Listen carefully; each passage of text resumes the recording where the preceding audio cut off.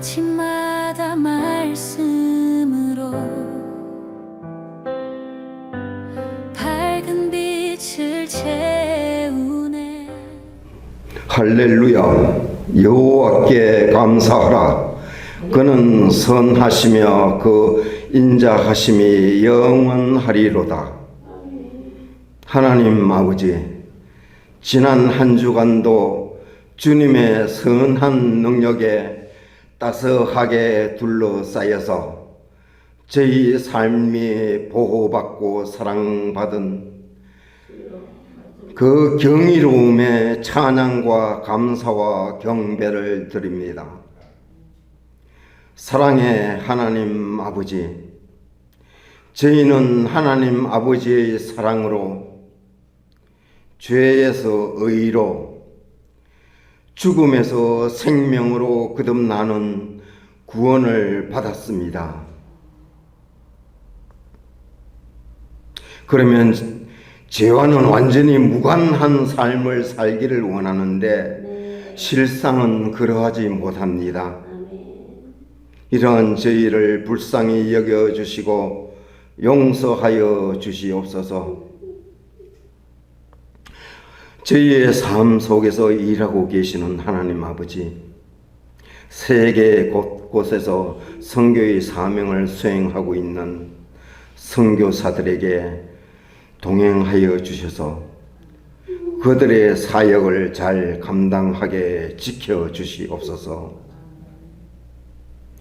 북한과 중국의 지하교회, 지하가정교회를 위하여 기도합니다. 통제와 압박 속에서 신앙생활을 하는 그들에게 믿음과 힘과 지혜를 주셔서 믿음, 소망, 사랑의 삶을 살게 지켜주시옵소서. 하나님이 중심이신 밝은 교회를 위하여 기도합니다. 저희가 타인의 허물을 염려하기보다는 저희 자신의 참 모습을 바라보고 받아들이는 겸손의 길로 가게 하시고 세상 속의 아비멜렉을 위해 중보자로 살게 인도하여 주시옵소서. 저희 삶의 모든 영역에서 신실함으로 아브라함처럼 언약 백성의 삶을 살게 인도하시옵소서. 하나님의 부르심 앞에 순종하는 아브라함처럼 저희도 오직 복음만을 붙잡고 믿음으로 살아가게 인도하여 주시옵소서.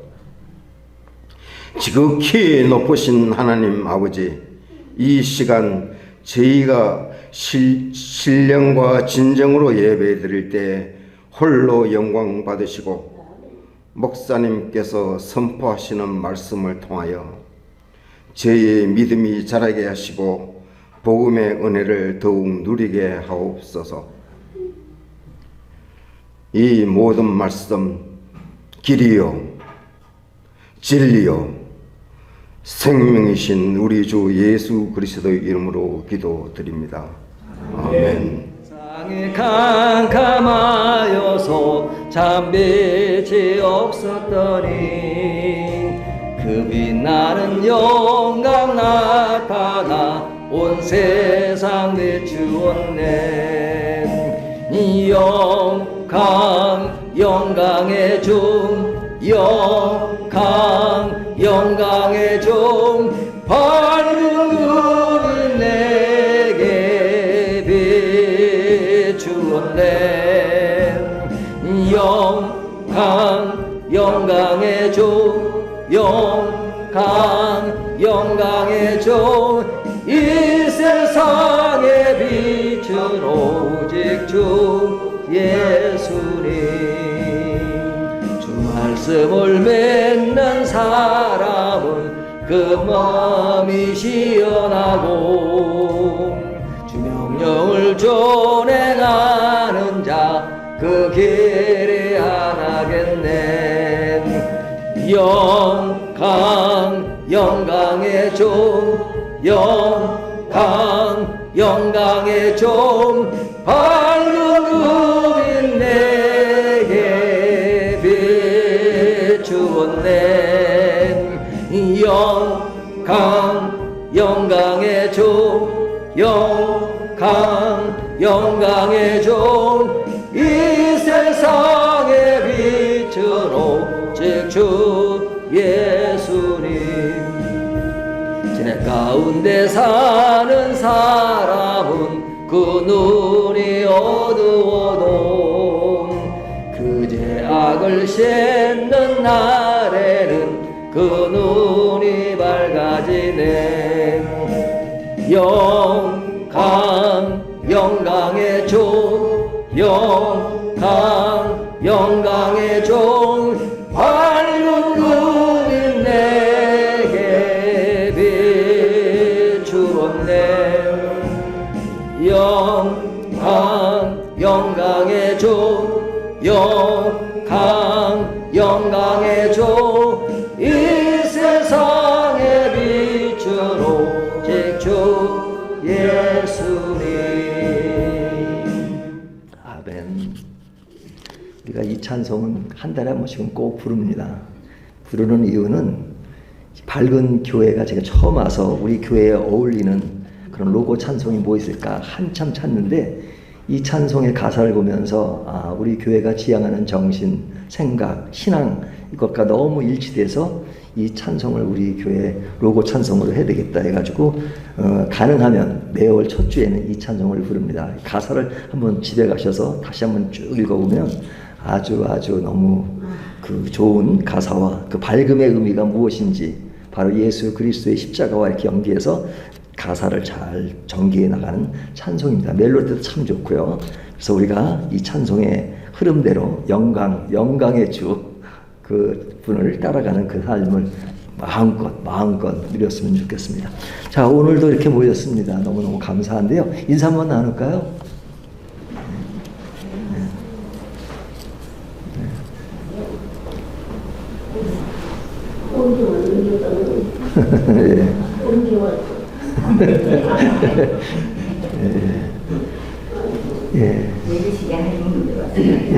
저희가 적은 숫자지만 그래도 늘 이렇게 서로 위하고 반가워하고 너무 감사하고 하니까 너무너무 좋습니다.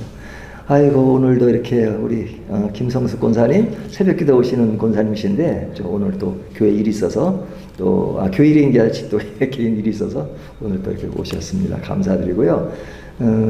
또 이렇게 쭉 뵈니까 또 너무 감사드리고 계속 뵈면서 또 신앙생활 나누셨으면 좋겠습니다. 우리 모두를 위해서 우리 박수 한번 할까요? 예. 오늘 또 이렇게 출타하신 분들도 계신데 또 어느 곳에 있든지 또 주님을 찬양하는 시간이 되었으면 좋겠습니다. 이전 11월이 시작되어서 이제 역대하 묵상을 다 마쳤습니다. 역대하가 길잖아요. 36장까지 다 마쳤고 그 전에 역대상까지 다 마쳐서 이제 에스라에 들어갑니다. 에스라는 바로 역대하에 이어지는 말씀이죠. 이스라엘 백성들이 이전 바벨론 포로 70년 생활을 마치고 돌아왔을 때 이전 그때의 이야기를 이제 에스라가 하게 되는데요. 이제 이미 시작됐습니다. 이제 11월부터 에스라 묵상을 하니까요. 쭉 따라오시면서 말씀 묵상하시고요. 매일 성경 통해서 따라가시고 또 제가 아침마다 설교 시간에 설교하고 또 방송으로 나가니까 들으시면서 에스라 잘 따라오셨으면 좋겠습니다. 10월 회계보고서 나왔으니 참조하시고요. 11월 행사는 저희가 11월 16일 셋째 주일입니다. 추수감사절 예배가 있습니다. 참조하시기 바랍니다. 이때는 한 2분 정도 이렇게 간증하는 시간을 좀 갖도록 하겠습니다. 한 7분 정도에서 2분 정도 신청을 하시면 그때 우리들이 나눌 시간, 우리 개인이 갖는 신앙을 좀 나눌 시간을 좀 갖도록 하겠습니다. 저에게 자원자 신청해 주시면 감사하겠습니다. 기도하겠습니다. 하나님 아버지 감사합니다. 오늘도 이렇게 모여서 함께 찬양하고 기도하고 교제를 나누고 말씀을 나눌 수 있는 시간을 주시니 너무너무 감사합니다. 주님의 이런 사랑이 없으면 우리의 삶에 어떤 의미가 있겠습니까? 주님 때문에 살아갑니다. 물론 우리가 인생을 살면서 겪어야 되는 많은 어려움과 고통과 괴로움이 있습니다. 하지만 그 괴로움 속에서도 순간순간 어려움을 극복하고 살아갈 수 있는 것은 하나님의 무한한 사랑 때문입니다. 오늘도 예배를 통해서 하나님의 무한한 사랑을 느끼게 하시고 나약하지만 넘어지지만 고독하지만 외롭지만 그 가운데 임재하시는 하나님의 원대한 사랑을 다시 한번 느끼면서 우리가 의존할 것이 진정 무엇인지를 다시 한번 확인하는 귀한 예배의 시간이 되도록 도와주십시오. 주님의 은혜에 감사해서 주님께 물질을 드렸습니다. 우리가 물질을 드릴 때마다 늘 주님의 나라를 생각하게 하시고 주님의 나라가 이 땅에 실현되는 것을 최고의 소망으로 알 수 있도록 해 주십시오. 예수님의 이름으로 기도합니다. 아멘. 말씀 봅니다. 창세기 22장 15절에서 19절 말씀입니다. 창세기 강의 68번째 시간입니다. 창세기 22장 15절에서 19절 말씀 교독하도록 하겠습니다. 여호와의 사자가 하늘에서부터 두 번째 아브라함을 불러 내가 나를 가리켜 내는 자니 내가 이같이 행하여 내 아들 내 독자도 아끼지 아니하였음즉 내가 내게 큰 복을 주고 내 씨가 크게 번성하여 하늘의 별과 같고 바닷가의 모래와 같게 하리니 내 씨가 그 대적의 성문을 차지하리 그 대적의 성문을 차지하리라.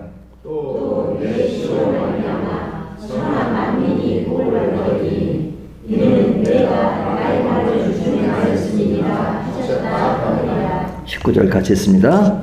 이에 아브라함이 그의 종들에게로 돌아가서 함께 떠나 브엘세바에 이르러 거기 거주하였더라. 아멘.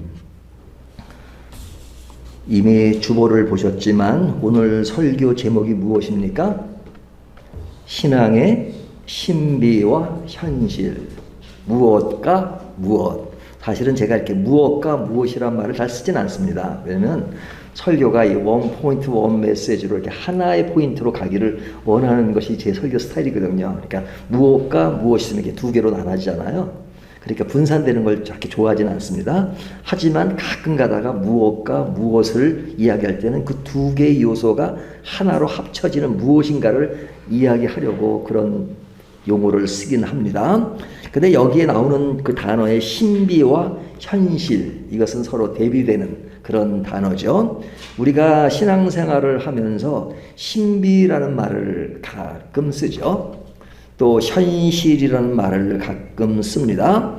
근데 이제 신비에 대한 이미지는 뭐냐면 형이상학적이고 현실과는 동떨어진 어떤 개념으로 인식을 하고 있죠. 신비적이다. 아주 좀 몽롱한 어떤 그런 분위기를 느끼게 하잖아요.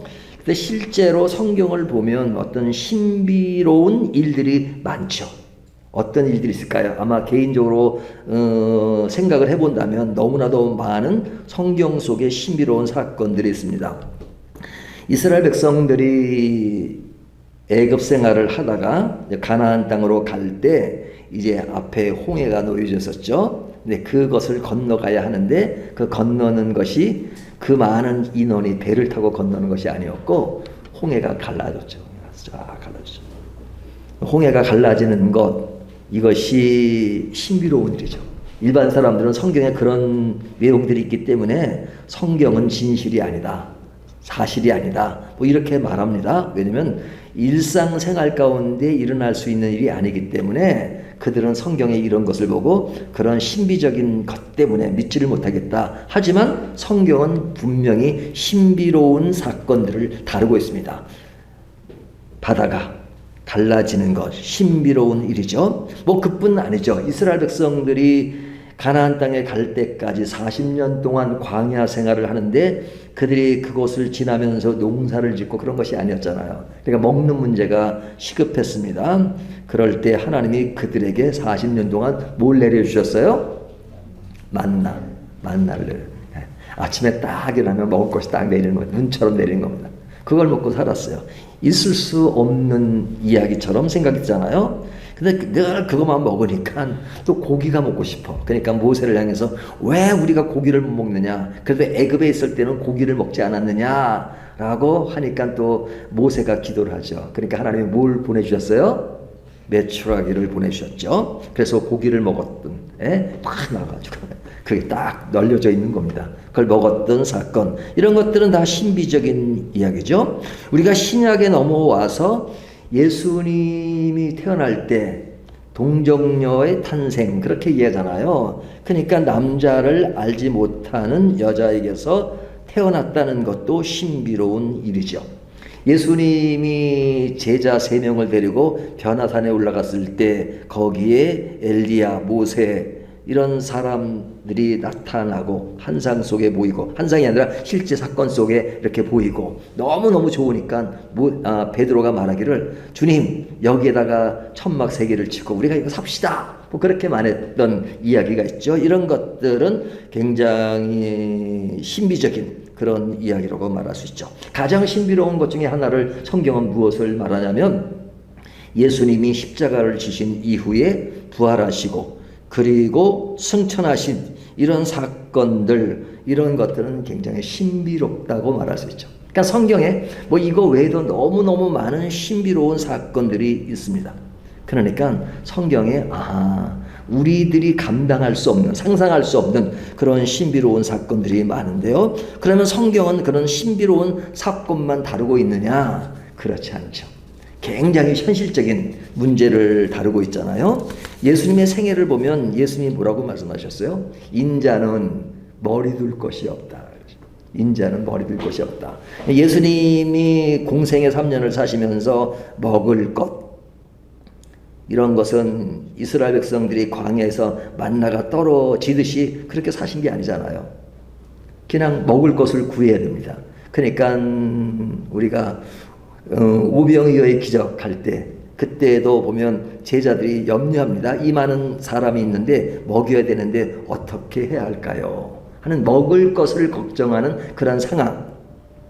그러시면서 예수님이 그때는 기적을 행하시지만 그러나 일상생활 가운데는 늘 먹는 것, 또 이런 것 다 신경 쓰고, 또 예수님이 사역하실 때 따라다니는 사람들이 있었잖아요. 그들이 성경에 다 표현되지 않지만 예수님은 하나님의 아들이니까 늘 기적을 행하시니까 옷도 빨지 않고 그냥 하나님이 알아서 그냥 먼지도 없이 그냥 항상 깨끗하게 해주셨을까요? 같이 다니던 사람들이 빨래도 해주고 그렇죠. 그러니까 이것은 굉장히 현실적인 문제입니다. 현실적.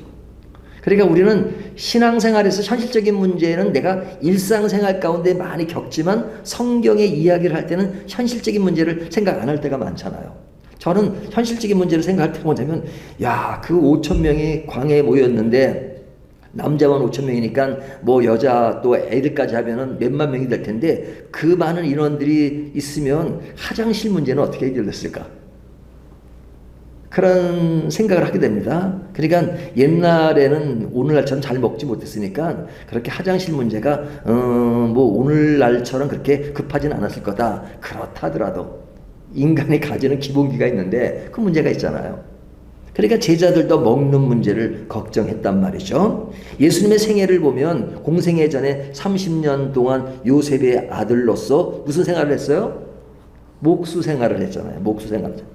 목수의 아들로 행세를 했습니다. 행세를 한 게 아니라 그렇게 살았습니다. 그렇다면 그렇게 사는 것은 뭐냐면 그 집안이 가난한 집안이고 먹고 살기 위해서 실제로 일을 해야 되는 그런 상황이었잖아요. 예수님뿐입니까? 우리가 신약 더 뒤로 넘어가면 바울이 있는데 바울은 좋은 집안에서 태어났고 공부를 많이 한 사람입니다. 그가 예수를 믿지 아니했으면 넉넉하게 살았던 사람인데 예수를 믿고 나서 늘 고통 속에 살 때가 많았습니다. 전도하고 선교하고 그러면서 그가 늘 복음 전도자로 사역하지만 자기의 삶을 위해서 천막을 짓고 생계를 유지했던 그런 것들은 굉장히 현실적인 문제잖아요. 그러니까 우리가 지금 두 가지 얘기를 비교했습니다. 하나는 성경에 신비적인 그런 사건들이 등장하고 또 하나는 두 번째 이야기는 굉장히 현실적인 문제. 우리가 같이 예수를 믿고 밝은 교회에서 함께 신앙생활을 하는데 우리의 삶을 보면 현실적인 문제가 더 강하죠. 먹고 사는 문제, 일상생활 가운데 운동도 해야 되고 그렇잖아요. 운동은 왜 해요? 건강을 위해서. 그러니까 이런 현실을 늘 겪고 산답니다. 어떤 분은 신앙이 너무 져서 하나님 먹지도 않고 운동도 안 해도 그냥 늘 건강하게 살게 해주십시오. 그렇게 기도하면 하나님이 그 기도를 들어주시고 그렇게 살라 그러시겠어요? 혹시 그럴 사람이 있을지 모르겠지만 제가 보기에는 그렇게 한 사람은 보지 못했습니다. 그러니까 우리의 삶의 영역 속에는 이런 신비적인 요소와 현실적인 요소가 있는데 사실은 우리가 현실적인 문제가 더 리얼하게 느끼면서 살고 있죠. 그런데 우리가 그 감에 대해서는 어느 정도인지는 모르지만 그러나 성경에는 이 두 가지 사건이 같이 어우러져서 신앙생활을 하는 과정으로 설명되고 있단 말이죠. 자, 그렇다면 오늘 본문을 통해서 왜 서론적으로 이런 현실과 신비에 대한 얘기를 하느냐? 오늘 본문을 아무리 봐도 거기에 무슨 신비로운 사건이 있지 않은 것 같은데 신비에 대한 이야기를 하는 이유가 무엇일까? 오늘 본문 15절을 보면요. 15절을 볼까요? 15절을 보면 여호와의 사자가 하늘에서부터 두 번째 아브라함을 불러 그러죠. 여기 여호와의 사자가 하늘에서부터 여기 하늘에서부터라는 말이니까 이것을 가지고 신비적인 이야기를 하는가 보다 이렇게 생각을 할지 모르지만 하나님의 임재를 이야기할 때는 사실은 여러 가지 방법으로 표현을 합니다. 근데 여기에서는 여호와의 사자가 하늘에서부터 두 번째 아브라함을 불러 이것은 하나님의 임재를 상징적으로 보여주는 것이죠. 근데 여기 그 자체가 신비롭다기보다는 저는 어디에 포커스를 두고 있냐면 두 번째 아브라함을 불렀다는 두 번째 아브라함을 불렀다는 겁니다. 그러면 두 번째 아브라함을 불렀다는 얘기는 뭐냐면 첫 번째 부르심이 있었다는 거죠. 첫 번째 부르심이 어디에 나오죠? 우리가 지금 22장을 보고 있는데 22장 1절을 보면 하나님이 아브라함에게 나타나셔서 그를 부르시면서 무엇을 요구하시죠? 그 요구가 무엇이었어요? 내 사랑하는 아들 독자를 제물로 바쳐라 하는 것이죠. 제물로 바쳐라 하는 것이었습니다. 그러니까 그 하나님의 첫 번째 말씀이 아주 사랑하는 그리고 어렵게 얻은 이삭을 바치라고 하니까 바친다는 표현이 그렇지 바친다는 건 뭐예요? 제물이니까 죽여야 되는 거잖아요. 그러면 그 아들을 주실 땐 그렇게 어렵게 주셨는데 그 아들을 죽이라? 그것은 말도 안 되는 이야기죠. 말도 안 되는 얘기죠. 근데 그 전제가 뭐였어요? 하나님이 아브라함을 시험하사 그러죠. 아브라함을 시험하사. 이게 하나님이 이렇게 시험을 하실까? 시험 없이 가시지. 근데 성경을 보면 하나님은 가끔 우리를 시험하십니다. 근데 재밌는 말씀 뭐냐면 야고보서를 보면 하나님은 우리를 시험하지 않으신다는 말씀이 있어요. 하나님은 우리를 시험하지 않으신다. 그러니까 야고보서에 보면 하나님은 우리를 시험하지 않는다는 말씀이 나오는데 창세기 보면 하나님이 아브라함을 시험하사 어떨 때는 시험하지 않으신다 그러는데 또 창세기에는 시험하사 이렇게 나오잖아. 근데 시험한다는 말은 뭐 그뿐만 나오는 게 아니고 많이 나오죠. 예수님도 광야에서 시험을 받으시잖아요. 그러면 시험하지 않는다는 말씀 보고 시험하시는 건 뭐냐. 근데 이제 이럴 때는 또 우리가 이제 이 한국 성경이 번역이니까요. 이제 번역의 원문을 찾아가는 것이 굉장히 중요하죠. 근데 하나님이 인간을 시험하실 때는 영어로는 테스트란 말을 씁니다. 테스트. 하나님이 우리를 테스트하신다. 테스트하신다. 근데 야고보서에 보면 영어 성경으로는 하나님이 시험하지 않으신다는 그 시험은 테스트라고 표현되지 않고 temptation. 그건 다른 말로 하면 유혹, 미혹 이런 말이죠. 그러니까 하나님이 temptation을 하지 않는다는 겁니다. temptation은 것은 사람을 더 어렵게 만들고 힘들게 만드는 것, temptation이죠. 그러니까 그런 시험을 하지 않으신다는 거예요. 그러나 테스트란 말은 뭐냐면 그 테스트를 통해서 우리를 더 성장하게 하시고 잘하게 하시고 더 유익하게 만들기 위해서 테스트를 한다는 거예요. 우리가 학교에서 시험 보는 것은 우리를 어렵게 하기 위해서 시험 보는 것이 아니고 그런 시험 과정을 통해서 더 지식을 더하게 하고 더 학문적인 수준에 오르기 위해서 시험을 보잖아요. 그것처럼 하나님이 우리를 테스트를 하십니다. 그것은 우리 유익을 위해서 주는 겁니다. 하지만 하나님은 그런 시험 자체가 temptation, 우리를 유혹하고 넘어지게 하기 위해서 하시는 것은 아닙니다. 근데 하나님이 아브라함을 테스트하십니다. 하나님은 테스트지만 그 시험을 받는 아브라함에게는 너무너무 힘든 거죠. 아니, 그 사랑하는 아들 얼마나 사랑스럽겠어요. 그 아들을 바치라고 하는 것은 어려운 일이었죠. 하지만 창세기 22장을 보면 아브라함은 그런 어려움 중에도 그가 거기에 불만을 토로하거나 그러지 않는 내용으로 표현되고 있습니다. 침묵의 표현이 이루어지고 있습니다. 물론 그 마음속까지는 모르죠. 그 마음속까지, 그 감정까지도 아브라함이 전혀 아무런 그런 감정을 느끼지 않았다고 성경은 언급하지 않죠. 인간이기 때문에 당연히 느끼죠. 하나님 왜 그러십니까? 그런 말 하고 싶었겠죠. 하지만 결과적으로 그의 행동은 순종해서 하나님 앞에 그 제물로 모리아산으로 올라가는 내용을 지난주에 다루었습니다. 이것이 첫 번째 부르심이었는데 그것은 아브라함이 앞으로 진행될 것이 무엇인지 모르는 가운데 하나님이 나타나셔서 내 아들 이삭을 바치라는 것이 첫 번째 부르심이었어요.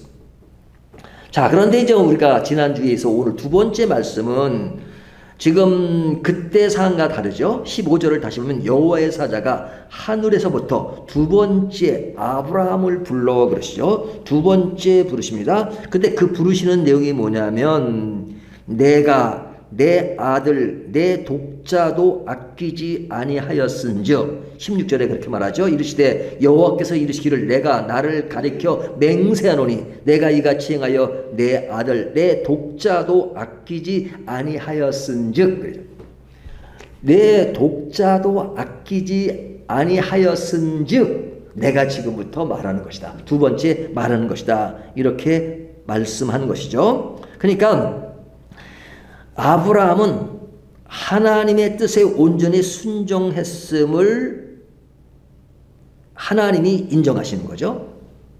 너는 하나님이 원하는 신앙 수준에 이르렀다 하는 겁니다. 그러니까 이 창세기 22장은 아브라함 이야기가 거의 맞춰갈 때가 됐잖아요. 그러니까 앞에 12장서부터 아브라함의 이야기가 계속 진행되는 과정을 보면 아브라함이 항상 완전했나요? 항상 다 잘했나요?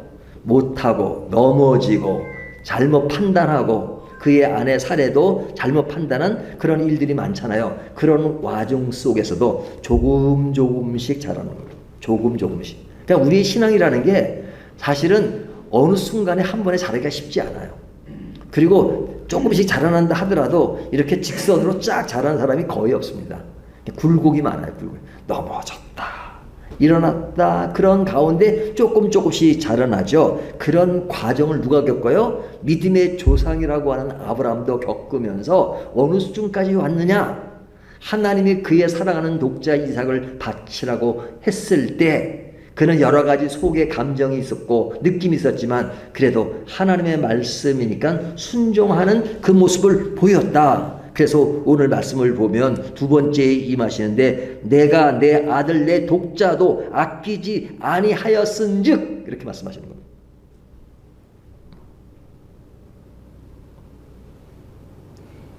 그러면 이 아니하였은즉 하시면서 말씀하는 내용이 이제 17절부터 19절의 내용입니다. 근데 그 내용 자체가 굉장히 신비롭습니다. 제가 이제 신비롭다는 오늘 본문에서 신비롭다는 말을 쓰기 시작했어요. 그러면 진짜 신비로운가? 무슨 뭐 기적 같은 어떤 일들이 일어났는가라는 생각이 들 수 있잖아요. 근데 한번 17절을 읽어볼까요? 같이 한번 읽어보겠습니다. 17절 시작. 내가 내게 큰 복을 주고 내 씨가 크게 번성하여 하늘의 별과 같고 바닷가의 모래와 같게 하리니 내 씨가 그 대적의 성문을 차지하리라.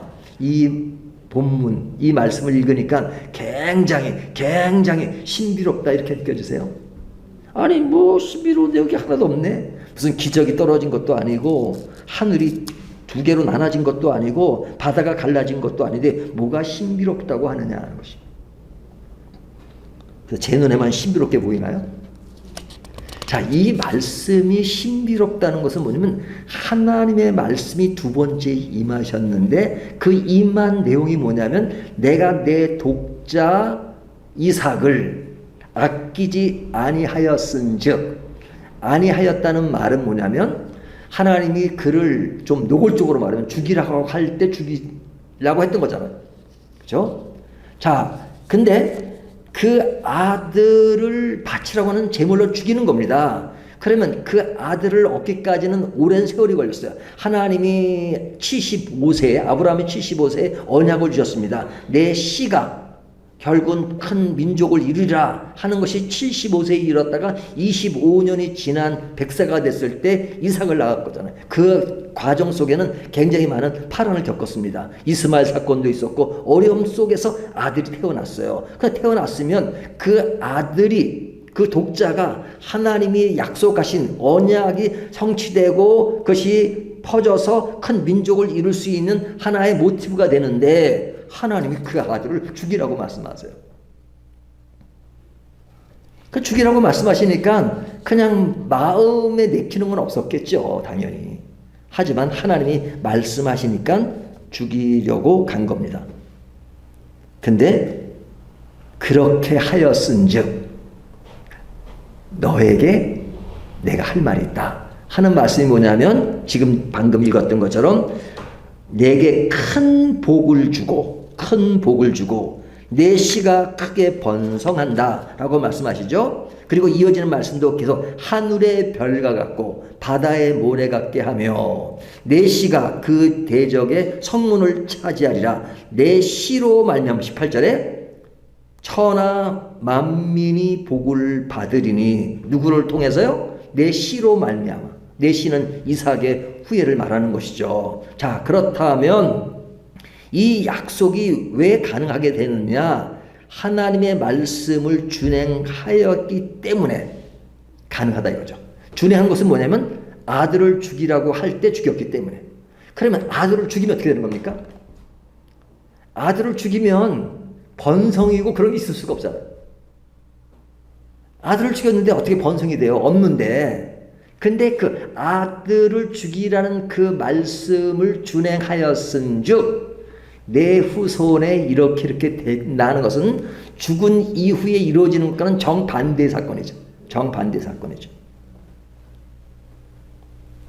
물론 하나님이 어린 양을 예비하시고 아브라함의 아들 이삭을 죽이지 않았습니다. 그래서 하나님의 그런 말씀으로 그렇게 했지만 그러나 그 안에서 벌어진 사건은 하나님과 아브라함 사이에 벌어진 것은 이미 죽은 거나 마찬가지죠. 근데 그렇게 죽이라고 할 때 죽이라고 그 말씀을 순종하였은즉 내 후손에 그런 것이 번성될 것이다 하는 것은 굉장히 모순되는 것이 모순이 아니라 더 결과적으로 놀라운 사건으로 발전됐다는 겁니다. 아브라함이 가장 소중한 것을 내어놓았을 때 하나님은 헤아릴 수 없는 복과 번성을 약속하십니다. 이것이 신비라는 겁니다. 신앙의 신비. 신앙의 신비라고 하는 것은 사실은 역설을 많이 담고 있습니다. 내어줌이 풍성함이 되고 죽음이 생명이 되는 그 역설, 그것이 신비롭다는 겁니다. 그래서 성경은 역설의 흐름이 많아요.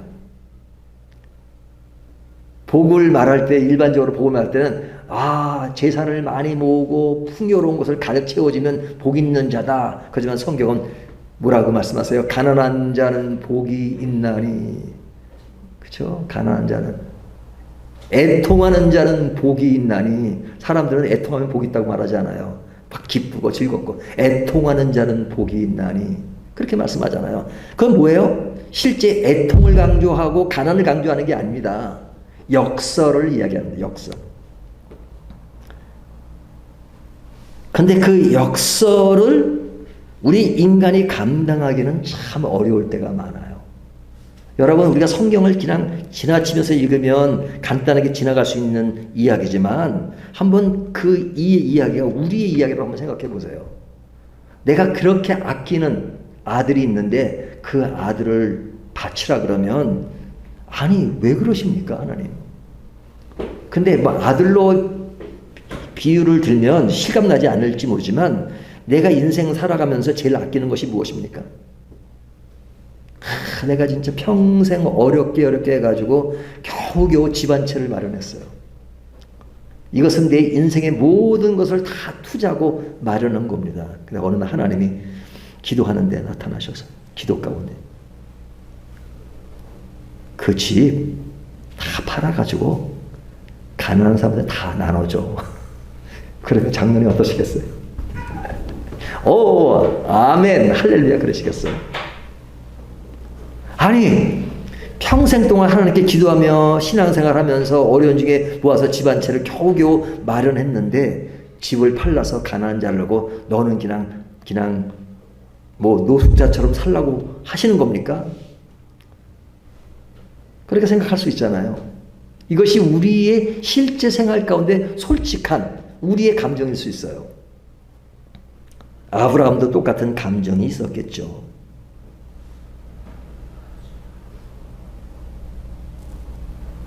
근데 성경은 뭐라고 말씀하시면 그런 것이 내가 그동안 쌓았던 것들이 다 허물어지는 그 순간처럼 생각할런지 모르지만 그것이 너에게 복이 될 것이야. 이렇게 말하면 더 염장을 지르는 것처럼 생각이죠. 그렇죠? 아니 다 뺏어가 놓고 뭐가 더 충만하고 넘친다 그렇게 말씀하십니까? 그렇게 생각할 수 있잖아요. 하지만 하나님은 종종 우리에게 그것을 요구하실 때가 많습니다. 요구하십니다.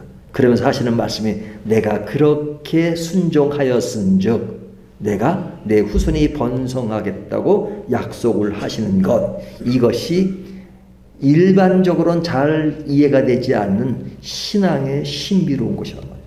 신비로운 것. 그 신비로운 것이 우리가 지금 아브라함의 실제 상황을 가지고 얘기하니까 실감나지 않을 수가 있어요. 왜? 우리는 아브라함을 믿음의 조상이라고 하잖아요. 그러니까 믿음을 대변하는 겁니다. 그렇다면 그 믿음의 핵심이 그 요소 안에 있는데 그 믿음의 핵심은 결국 누구에서 확산되느냐? 앞으로 다가오실 메시아 예수 그리스도를 통해서 확산되는 겁니다. 그럼 예수 그리스도로 확산되는 것이 뭐냐? 일반 사람들은 예수님은 하나의 현존하는 하나의 인간으로서만 생각하잖아요. 하지만 우리가 예수님에게서 갖는 신비로운 사건이 뭡니까? 예수님이 한 인간으로 오신 것일 뿐 아니라 우리는 하나님의 아들 독생자 예수 그리스도가 이 땅에 오셨습니다. 오셔서 현실적으로는 굉장히 어려운 시간을 보내셨죠. 예수님이 오신 것을 뭐라 그래요? 성육신. 하나님이 인간이 되셨다. 인카네이션을. 근데 실제로 인간에서 살아가는 삶의 현장은 30년 동안은 목수의 아들로 사셨고 3년의 공생애를 통해서 그는 인자는 머리 들 것이 없다고 말씀하신 것으로 살아가셨지만 그런 제일 마지막은 어떤 사건이었어요? 십자가를 지시고 십자가를 지신 이후에 부활하시고 승천하신 사건이 일어나잖아요.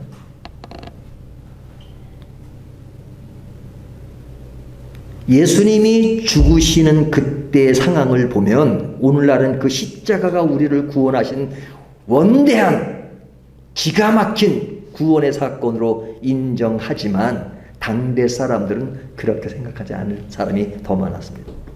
예수님이 십자가를 지실 때 많은 사람들이 보았습니다. 그 십자가를. 그때 그 십자가를 바라보는 사람들은 어떤 관점에서 예수님을 바라봐요? 예수님은 십자가를 졌다는 것은 처형을 당하는 겁니다. 사형 집행을 당하는 겁니다. 그럼 사형 집행은 누가 당해요? 죄를 진 사람이. 그 죄를 진 사람도 특별히 십자가형이라고 하는 최고 악한 사람들. 최고 악한 사람은 그 기준은 뭐 큰 범죄보다는 정치범을 얘기하죠. 그러니까 양쪽에 두 강도라고 우리 성경에 번역되지만 정치범들이었습니다.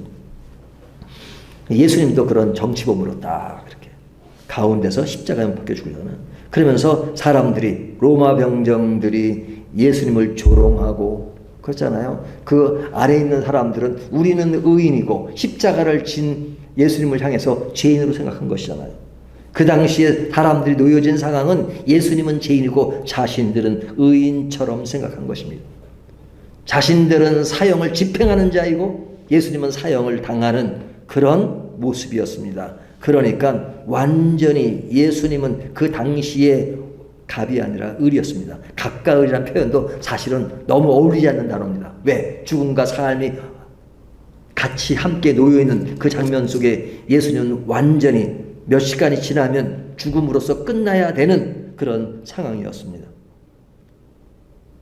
그런데 그것이 신비로운 것이 뭡니까? 그것이 신비로운 것은 그냥 예수님이 인간으로 오셨다, 인간으로 죽고 말면 그것은 그냥 그냥 이 세상에 와가지고 그냥 사람들에게 인정을 받지 못하고 죽었다로 끝나는 것이지만 성경은 그것으로 끝나는 것이나 그 죽음은 우리의 죄를 용서하기 위해서 죽으신 것이다. 그 용서는 하나님의 계획 속에 이루어진 것이다. 그 하나님의 계획이 이루어진 것이 무엇이냐? 그것을 증명하는 것이 뭐냐? 그가 하나님의 아들이기 때문에 비록 죽었지만 그분은 살아나실 것이다.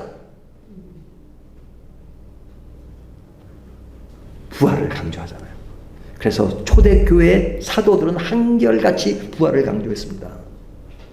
부활은 뭐냐? 예수님의 십자가는 우리 죄를 용서하시기 사건이라는 것은 십자가를 것은 예수님만 진 게 아니에요. 앞에 두 강도도 십자가를 지었어요. 그 두 강도가 우리의 죄를 사준 게 아니잖아요. 왜? 하나님의 아들이 아니고 하나님의 계획 속에 있는 인물이 아니기 때문에. 하나님은 그의 아들 독생자 예수 그리스도라는 것을 증명하기 위해서 resurrection, 부활이 있는 것입니다. 부활.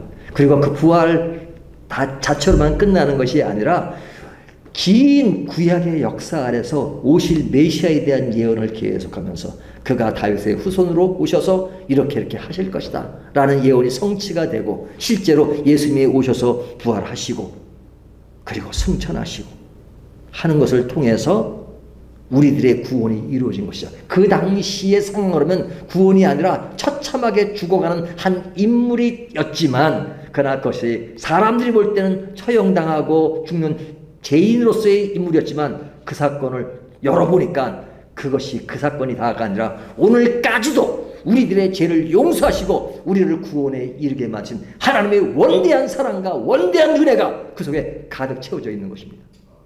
이것이 신비예요. 신비. 우리의 신앙은 현실적이지만 매우 매우 신비로운 것입니다.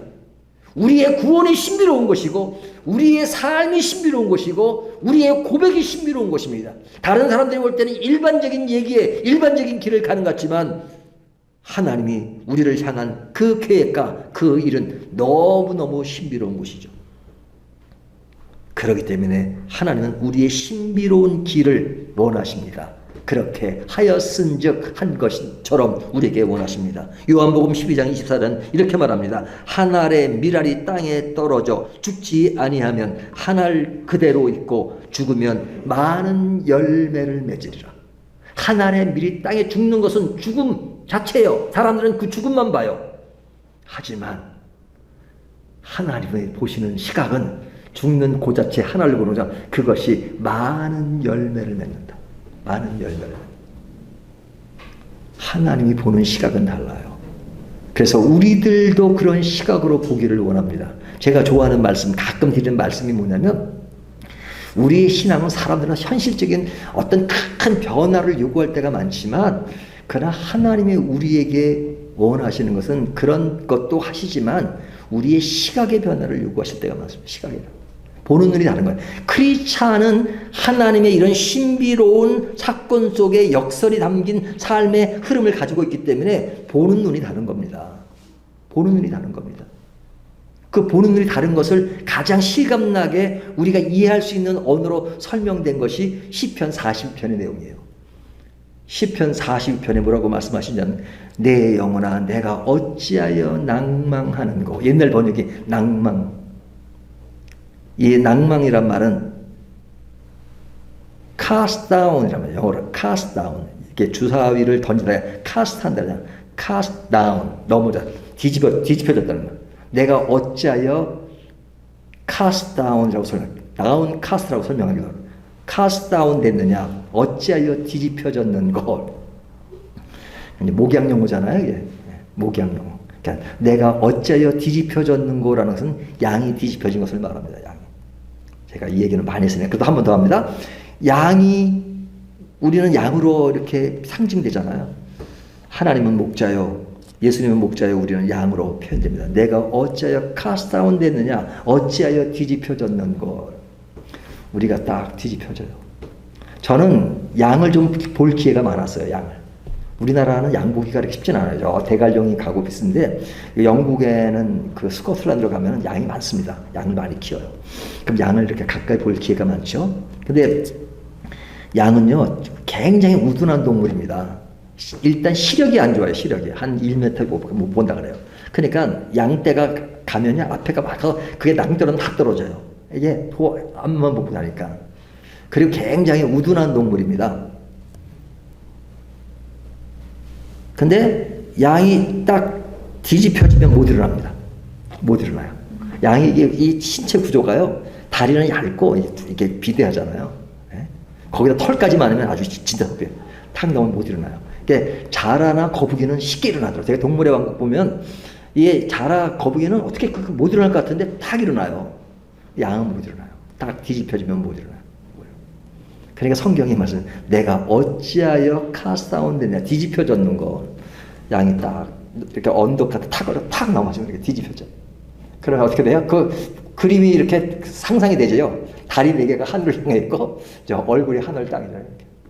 그건 이제 어떻게 되느냐? 이게 이제 대세김도 하고 그러니까 보통 날씨가 가을 날씨 같으면 한 8시간 간다 그래요. 8시간. 8시간에 그 안에 가스가 차고 그래서 죽는데요. 양은 뒤집혀지면 한 8시간 간대요. 그렇지만 여름 같은 데 덥고 그러니까 한 50분, 1시간을 못 채우고 죽는데요. 그러니까 성경 40편에 내가 어찌하여 뒤집혀졌는고 하면 내가 어찌하여 죽게 되었는고 이런 말이죠. 내가 어찌하여 죽게 되었는고. 왜? 뒤집혀졌으니까. 딱 성도를 표현할 때 양으로 표현하잖아요. 그러니까 성도가 위기에 왔을 때 어찌하여 뒤집혀졌는고 cast down 됐느냐. 그 죽는 거죠. 근데 이제 그것만 해도 사실 그것도 안타까운 일인데 이게 양이 뒤집혀지면요 양을 잡아먹는 새가 있어요. 양을 큰 새들, 비둘기 같은 큰 새들이.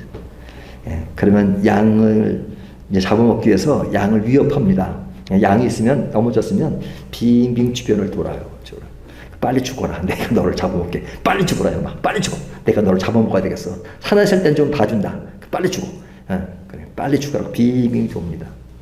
그러면 그 양의 입장에서 볼 땐 뒤집혀진 것이 죽음인데 시간만 가면 죽는데 거기다가 설상가상으로 자기 위에 큰 새가 빙빙 돌면서 빨리 죽으라고 위협하면 이거 진짜 진퇴양난이죠. 이래도 죽고 저래도 죽고 끝입니다. 끝입니다. 절망적입니다. 희망이 없습니다. 근데 재미있는 것은 목자는 한 마리의 양만 키우는 게 아니라 수천 마리, 수백 마리, 수만 마리 양을 키우는 경우가 많잖아요. 그러면 이제 산에 다 풀어놓고 자면 양 한 마리 한 마리가 안 보이잖아요. 물론 하나님은 다 보시지만 그러면 양은 키우는 목자는 이렇게 지팡이를 주고 요즘은 총을 메고 이렇게 딱 이렇게 갑니다. 가는데 딱 하늘을 보니까 새 한 마리가 공중을 빙빙 돌고 있습니다. 빙빙 돌고 있습니다. 그럼 목자는 그 새를 보면서 저기 양 한 마리가 뒤집혀졌구나. 양 뒤집혀진 양은 보이지가 않죠. 하지만 목자는 공중에 나는 새를 보고 저기 양 한 마리가 뒤집혀졌구나 하고 그 새를 보고 뒤집혀진 양에게 찾아와서 양을 다시 바로 세우고 마사지를 해서 그 양을 살립니다. 자, 그렇다면 그 새는 양을 죽게 만드는 새입니까? 살게 만드는 새입니까? 조금 전까지만 해도 양을 죽게 하는 위협하는 새였잖아요. 하지만 그 새를 통해서 목자가 와서 나를 살리고 있다면 그 새는 나를 살리는 새죠. 신앙이라고 하는 것은 바로 그겁니다. 신앙이 없으면 저 새가 나를 위협한다는 것밖에 보이지가 않아요. 하지만 신앙, 믿음은 뭐냐? 그 새를 통해서 나의 주님이 다가오신다. 찾아오신다. 나를 새롭게 만드신다. 나를 살신다. 그것을 믿는 게 신앙입니다. 그리고 그것이 신비인 겁니다. 그 신비. 그 신비를 말씀해 주는 것이 오늘 주님께서 말씀하시는 두 번째 이야기입니다. 자, 그렇다면 이 신비가 오늘 본문은 마지막으로 어떻게 장식되느냐? 제일 마지막 19절을 보면 19절도 한번 읽어볼까요? 시작. 이에 아브라함이 그의 종들에게 돌아가서 함께 떠나 부엘세바에 이르러 거기 거주하였더라. 이에 so 제가 앞에 하나님이 두 번째 말씀하신 그 이후 번성을 약속하신 이후에 이에 아브라함이 그의 종에게 돌아가서 지금 종들에겐 지금 이삭을 바칠 때 기다리고 있으라 그랬잖아요. 돌아가서 다시 원래 있던 부엘세바에 이르러 거기 거주하였더라. 이 거주하였더라 하는 것은 신비적인 얘기입니까? 현실적인 얘기입니까? 매우 매우 현실적인 얘기죠. 다시 그곳에 거주했다. 아브라함의 삶의 여정은 매우 매우 현실적인 것입니다. 하지만 그 현실 가운데 이루어지는 일들이 신비가 있는 것이죠. 신앙은 우리가 예수 믿는 순간에 초자연적인 인물이 되는 거나 그런 것이 아닙니다. 일반 사람과 똑같이 살아가는 삶에 거주하는, 이 세상에 거주하는 일반인과 똑같은 현실 속에 살아가고 있습니다. 하지만 다른 것이 뭐냐? 그 현실 속에 하나님의 신비를 경험하고 사는 것입니다.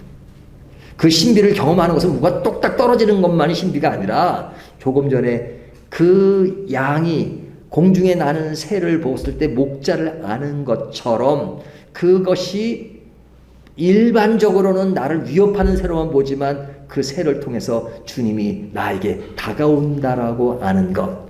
독자가 죽으면 번성이 없는 것이지만 그렇게 하였은즉 번성을 약속하신 것처럼 우리의 현실 가운데서 그런 신비의 세계를 경험하는 것이 신앙인 것입니다. 그 신앙을 우리가 지금 경험하고 사는 것입니다. 예수를 믿는다는 것이 무엇입니까? 그런 경험을 하는 것입니다. 그런 경험이 있을 때 내 신앙이 안정되고 내 신앙의 길을 제대로 가는 것입니다. 오늘 이 말씀을 통해서 우리의 신앙의 길은 어떤 길을 갖고 있습니까? 우리의 현실 안주에만 있지 않고 그 속에서 하나님을 만나는 신앙이 무엇인가? 현실 가운데 임하는 하나님의 신비가 나의 삶을 지배하고 나의 인생을 지배하고 나의 신앙을 지배하고 있는가 하는 것을 다시 한번 점검하면서 현실 가운데 신비의 삶을 사는 저와 여러분이 되시기를 주님의 이름으로 축원합니다.